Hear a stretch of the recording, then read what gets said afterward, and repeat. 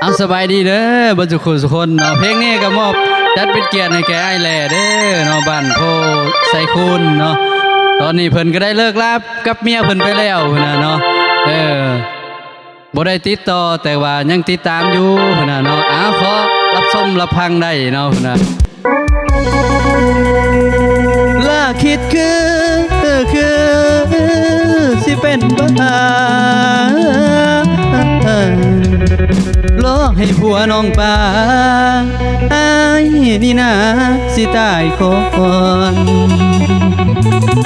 ล่าคำแพงเป็นหนาวเป็นหอ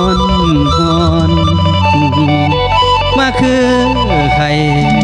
แม่นอยู่ไหนล่านางนางอายลืมเจ้าบ่ได้แม่นสิผ่านมาหลายปีใจก็บ่เคยนี่เรื่องเดิมแต่เขานั้นละวันเดือนปีสิหมุนใหญ่แต่ใจสายยังคือเก่า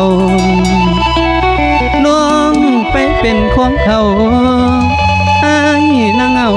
อยู่บ่แล้วมันเป็นแปลวอยู่วังสวง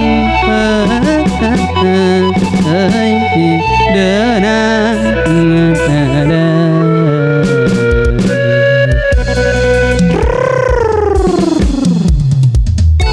เอายาว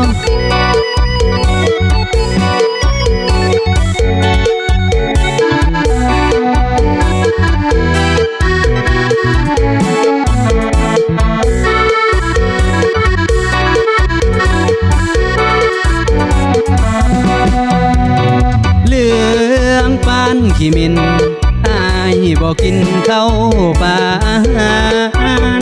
ตั้งแต่น้องไปแต่งงานอายสมสารมาหลายเดือนปีตั้งแต่น้องเป็นของเขาอายกินแต่เหล้านับวันเดือนปีหักกะหาแต่เจ้าศาสตร์นี้หักคนดีบ่มีไผ